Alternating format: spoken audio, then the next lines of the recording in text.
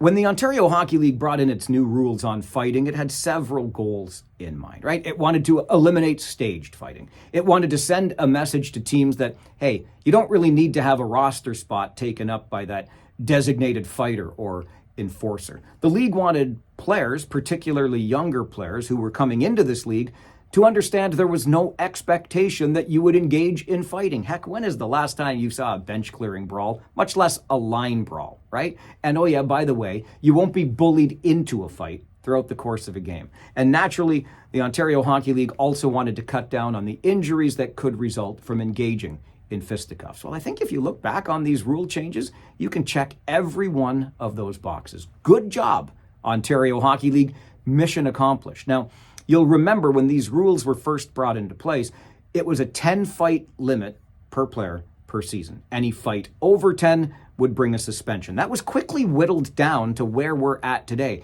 It's now a 3-fight limit, and each fight over 3 brings about a suspension for the player.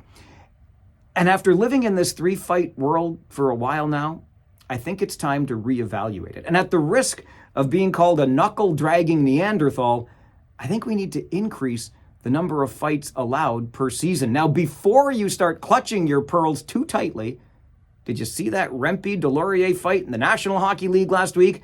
Tell me again how there's no appetite between players and fans for fighting in the game. I know it's the pros and we're talking about junior hockey and the development league, but just think of the situation at this time of the season that players and teams find themselves in if they've got a player who's already engaged in their 3 fights.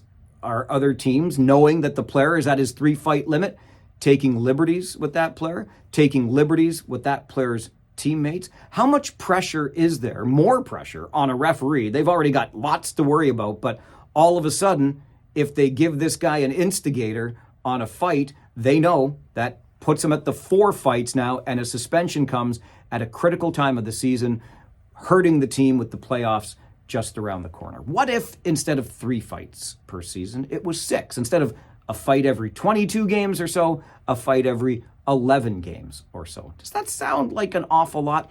What if it was only, the penalties were only assessed to players who instigated the fight? So they were maybe going after an unwilling opponent, or they really started something.